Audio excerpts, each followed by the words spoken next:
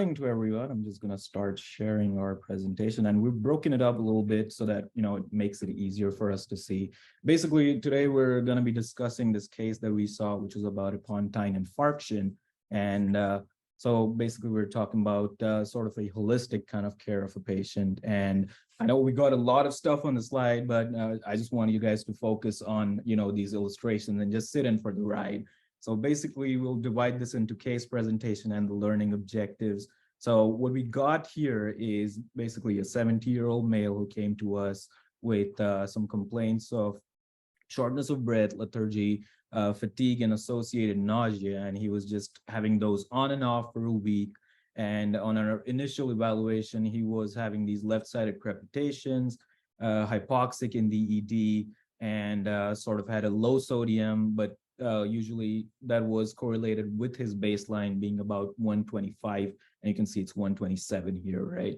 So got chest imaging, showed a little bit of mild airspace opacities involving the left, middle, and lower zone, suspicious of pneumonia, right? So with that in mind and this low sodium, we admitted this patient with just a regular pneumonia treatment, and it turned out he was on hydrochlorothiazide. So with that in mind, I think we thought, let's just hold off. Let's add a different agent and sort of see how his hyponatremia does, right?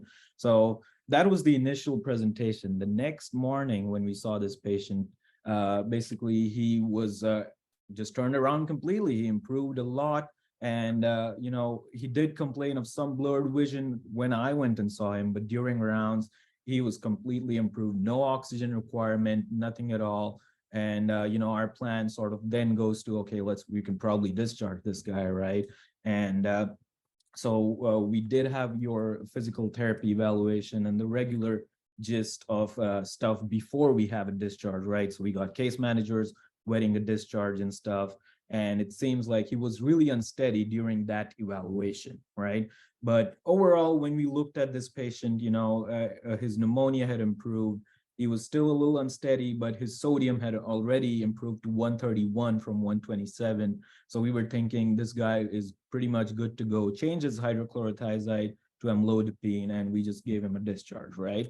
Now, if we move on to the next slide here, and what happened is the same evening, this guy came back to the ED with his wife and, just complaining of lethargy, dizziness, and now with addition of diplopia, right? So, well, diplopia is sort of sometimes they consider it localizing and non-localizing kind of symptom. So I think our ED provider's assessment was that this seems like a stroke, right? So his NIH stroke scale was 3, scoring in consciousness, dysarthria, and basically his sodium had improved. So I think their idea was that of a stroke. So they had a stat CT head, which was negative, and subsequently, as you can see here, basically the MRI was the one that was diagnostic for this patient and basically showed 2 punctate foci of acute or subacute infarction in the upper pons, right? So, with that in said, definitely since this guy was having symptoms for a week, he was out of the window even when he presented to us, right? And this seemed like a lacunar kind of infarct. So there was no severe intervention we're looking for at that time. Additionally, when we see someone with pneumonia and hyponatremia, our thought goes towards some of the rare causes like Legionella, and we had actually sent those labs as well. They resulted negative, right? So I think the one thing that we ended up doing was just the classical stroke workup, just dual antiplatelet statin, PTOT, all of that stuff. But what I wanted to hit hard on this case was the fact that, we initially thought it's hyponatremia, we initially thought it's pneumonia, but the patient kept being on unsteady, and that was the thing we missed, right? And so it sort of becomes into the realm of a non-preventable adverse event. So just wanted to talk about that. And so we'll talk about the learning objectives, and the first one being, just the basic nature of these brainstem strokes, right? So 1% of all ischemic strokes are Pontine infarctions, and then just some educational points. We talk about our basilar artery that makes the Pontine artery, and how we territorially divide it is based on the medial and laterality of the pons itself. So the one thing that I found clinically important here was the symptoms range so much in terms of it can be as non-specific as just fatigue and dizziness, but it can be as severe as contralateral spastic hemiparesis, right? Because remember, we got the motor tracts going in the medial pons, the lateral tracts, and all the sensory stuff in the lateral side of pons, right? And usually we always do our classic stroke management as we follow with dual antiplatelets and basically working it up completely.